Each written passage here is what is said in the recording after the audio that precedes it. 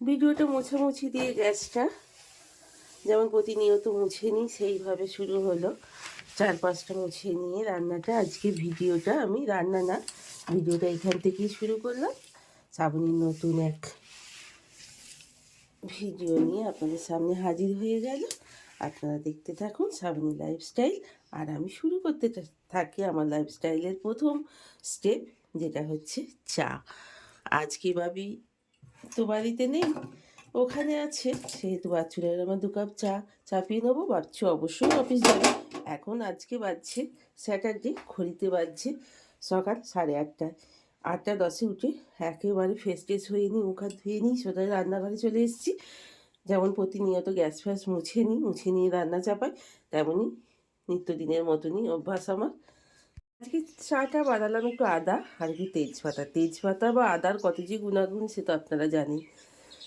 নতুন করে বলবো আর কি বলুন তো, দুধটা কালকে রাত্রে গরম করতে ভুলে গেছি। তো খাবারটা বার করে নিয়ে গিয়ে আর রান্নাঘরে আসিনি, ভাবি না থাকলেই সব কিছুটাই ওলটপালট হয়ে যায়। তো চালটা এখানে ভিজিয়ে দিলাম, ভাতের হাঁড়ি জল ঠিক করে নিলাম, দুধটা গরম করে নিয়ে তারপরে ভাতটা চাপিয়ে দেবো। ঘড়িতে ওদিকে অনেকটাই বাজতে শুরু করে দিয়েছে, 8:34 হয়ে গেল। চলুন চাটা আগে সেবন করে নিই, তারপরে রান্নার কি হয়। এদিকে বাসন কোসন নামানো আছে, মাজা ঘষা আছে। চলুন আমার প্রতিদেবতাকে চাটা দিয়ে আসি। ওনাকে আজকে না শুইয়ে রেখে দিয়েছি, বলেছি শীঘ্রই শুয়ে থাক বলেছি। এই ছোট্টবেলাটাকে ফিরিয়ে দিয়েছি, জানেন তোর মা যেমন বলতে, এই শীতে উঠবি না, এত ঠান্ডা পড়েছে, একদম বাইরে বেরোবি না। আমিও তেমন বলেছি, এই একদম বেরোবে না, ঠান্ডায় শুয়ে থাকো, তোমার তো অফিস কাছারি নেই। হ্যাঁ বন্ধুরা, অফিস আছে, পরের ট্রেনে যাবে বলে তাই। তো নাও গো, ওটো গো, গুড মর্নিংটা কে বলবে? ও পাচ্ছে না গুড মর্নিং বলতে, কিরম অসভ্য দেখুন। ছি ছি ছি ছি ছি, কিরকম আপনাদের সঙ্গে, দেখুন বাজে লোক বলবেন কমেন্টে, একদমই বাজে লোক শ্রাবণী তোমার হাজব্যান্ড। চাটা খেয়ে নিয়ে এবার চলে এলাম বাসন কোসন টেবিল থেকে নামিয়ে দিয়ে, টেবিলটাকে ভালো করে মুছে টুছে নিয়ে চলে এলাম এবার ধোয়াধুয়ি পর্বে। তো যতই বলুন, সকালে ঘুম থেকে উঠেই আমাদের মেয়ে ছেলেদের আগেই প্রথমে কাজ হচ্ছে জল ঘাঁটা। সে ঠান্ডা হোক, গরম হোক, বরফ পড়ুক, বৃষ্টি পড়ুক, বৃষ্টি না পড়ুক, ঝড় হোক, ঠান্ডা হোক। তো ধোয়াধুয়ি শেষ করে এবার যে কটা বাসন আছে, বাসন আজকে তেমন বেশি নেই, ভাবি যেহেতু আসিনি সেহেতু বাসন একটু কমই। তো চলুন এবার বাসনগুলো ধোয়াধুয়ি করে নিই, তাহলে মোটামুটি কাজটা কমপ্লিট। কাচাকুচি একটু বেলার দিকে করবো, জানেন তো, ভাবির অনেকগুলো কাচাকুচি আছে, একটু রোদটা উঠে যাবে, সেই টাইমে করলে ভালো লাগে। বাসনগুলো মাজা কমপ্লিট করে রেখেই চলে এলাম এবার উঠোনটা ঝাড় দিতে। উঠোনটা ঝাড়টা দিয়ে নিয়ে এইবার চাপাবো রান্না। কারণ বাচ্চুবাবু যতই দেরি করে যান, তো রান্না তো করতেই হবে। সকাল সকাল রান্নাটা করে নিলে কী হয় বলুন তো, আমাদের মেয়ে ছেলেদের না অনেক হাতে হাতে বাসি কাজ যেগুলোকে বলে, সব কাজ শেষ করে এবার চলে এসেছি আনাজ কাটতে। আজ ভাবছি একটু উচ্ছে আলু বেগুনের তরকারি করব, আর একটু ফুলকপি ঝোল করব। আর এখানে আমার আমার ঝুনি বাবুর দুষ্টুমি শেষ নেই, আনাজ কাটতে বসলে দুষ্টুমি করবে। আর এখানে মামবুড়ো আসবে, এসে ওনাকে খেতে দিতে হবে, খাওয়া দাওয়া হবে, জল হবে। উনি বাবা মুছছে, দেখুন কত বড় হয়ে গেল আমাদের সেই মাম সোনাটা, আপনাদের মনে আছে? হ্যাঁ, কড়াইটা দাউ দাউ করে, মামকে দেখতে গিয়ে কড়াইটা দাউ দাউ করে জ্বলে গেল। আর তাড়াহুড়ো লেগে গেছে, বাচ্চুবাবু বেরোবেন। চলুন আগে ফুলকপি আলু তরকারিটা, নিরামিষ তো আজকে তো স্যাটারডে। বাবারে, জলেতে দেওয়া ছিল তো কি তেল ঠিকঠাকছে। 1 চিমটে ঘি, একটুখানি তেজপাতা আর একটু জিরে ফোড়ন দিয়ে দিলাম। তো হিংটা কেন দেয় বলুন তো বিয়েবাড়ির হালুই করা? অনেক সময় নিরামিষ রান্নায় একটু আমিষ আমিষ ফ্লেভার বেরোয় বলে। হিঙের বৈশিষ্ট্য তো এইটাই, বেশ সুন্দর যেন মনে হয় পেঁয়াজ রসুন দিয়ে কপিটা রান্না হয়েছে। যদিও মশলা ফসলা কিছু বাটা নেই, এই টমেটোর গ্রেভিটা দিয়েই তরকারিটা হয়ে যাবে। ঝপঝপ করে রেখে দেবো। হ্যাঁ, ওপর থেকে অবশ্য ধনিয়া পাতা ছড়িয়ে দেবো। যদি ধনিয়া পাতা বাঁধবো আজকে, জানেন বেশ কিছুদিন ধরে বাচ্চুবাবু দেখছি নিয়ে আসছে না, লেবু নিয়ে আসছে না।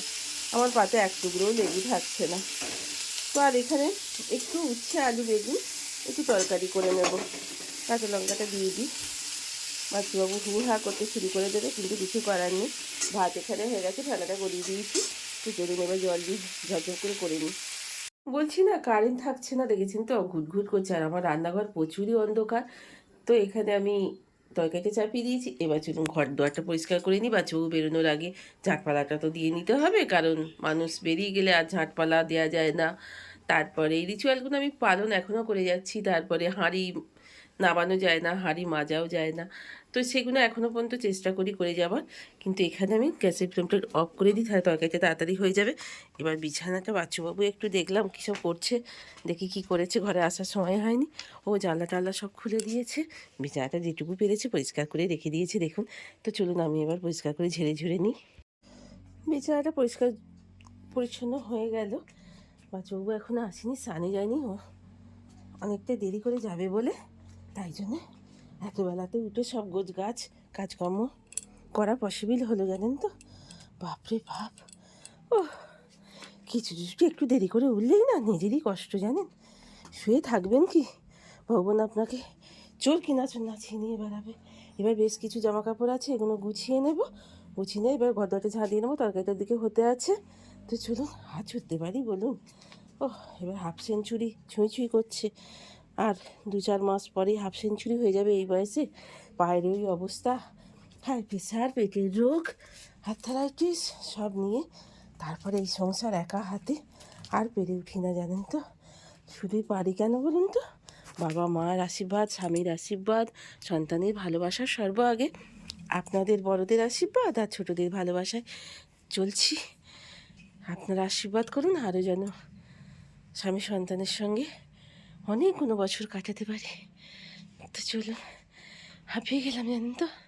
আজ যেহেতু স্যাটারডে, বাচ্চুবাবু আমাদের এই পাশের দেয়ালে মা মনসা আছেন, তো তাকে একটু দুধ কলা দেন, ওকে দুধ কলা দিয়ে আসেন, তারপরে মালা পরিয়ে আসেন। তাই আমি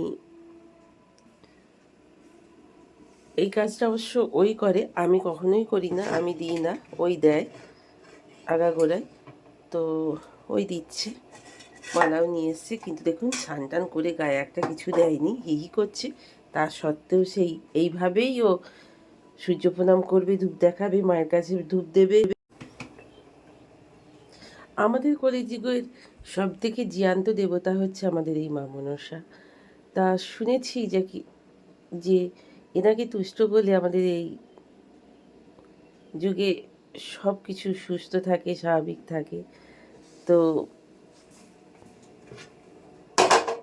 আমরা এই বিশ্বাসেই তো এগিয়ে চলি। বিশ্বাসের থেকে বড় জিনিস তো আর কিছু নেই। বিশ্বাস মানুষকে অনেক দূর পর্যন্ত নিয়ে যেতে পারে। আপনি হাঁটতে পারুন, চলতে পারুন, না পারুন, ঠিক পৌঁছে যাবেন বিশ্বাসের তাগিদে। তাই আমরা এগুলো যতটুকু পারি করি। আজ বিজ্ঞানের যুগেও যখন আমরা মানুষরা হেরে যাই, তখন দেবতারা ঠিক আমাদের জিতিয়ে দেবার ব্যবস্থা করেন। তাই ডাক্তার বৈদ্য থেকে আরম্ভ করে সবাই শরণাপন্ন হই আমরা দেব দেবতার পায়ের কাছে বসে অঞ্জলি করি, ডাকি। এটাই আমাদের জীবনের একটা অন্যতম। তো বাচ্চাবাবু বাজার থেকে চলে এসেছেন, আমার এখানে ফুলকপির তরকারিটাও হয়ে গেছে। আমার জন্য ও ভাত খাবে যেহেতু, সেহেতু আমার জন্য 3 পিস কচুরি নিয়ে চলে এসছে, তরকারি নিয়ে চলে এসছে। আমি ক্যারি থেকে তরকারিটা তাড়াতাড়ি ঢেলে ফেলি। বাজার থেকে কোনো জিনিস ক্যারিতে দিলেই গরম তরকারি ফরকারি আমি সঙ্গে সঙ্গে সেটা ঢেলে ফেলার ব্যবস্থা করি। ক্যারিতে সেটা তো রাখা ভালো নয়, বেশ কিছুক্ষণ গরম জিনিস ক্যারিতে খাওয়াও ভালো নয়। কিন্তু এখন যখন হয়েছে তখন তো কিছু করার নেই, কি নিজেদের ভালো মন্দটা নিজেদেরই বুঝে নিতে হবে। তাই আমি ঢেলে রেখে দিলাম, বাচ্চাকে খেতে দিয়ে দেবো। ও খেয়ে চলে গেলে আমি স্নান করে পুজো করে ব্রেকফাস্ট করে নেব। সুপ্রভাত, সুপ্রভাত, good morning, welcome back to my channel. আশা করি ভালো আছেন, সুস্থ আছেন। আমিও ভালো আছি, আপনাদের সুস্থতা কামনা করে ভিডিওটা সেই সকাল থেকে শুরু করেছি। তো চলবে, দেখি এরপরে কি কাজ করা যায়। তো ব্রেকফাস্টটা করে নিয়েছি।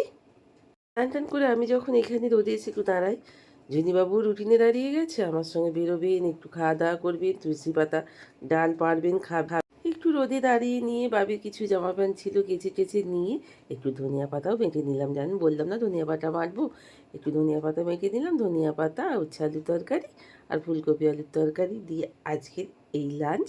তো দেখতে দেখতে ঘড়ির কাঁটা দেখছি 12:40 পেরিয়ে গেছে কাচাকুচি সব করতে গিয়ে। তো লাঞ্চে বসে পড়লাম।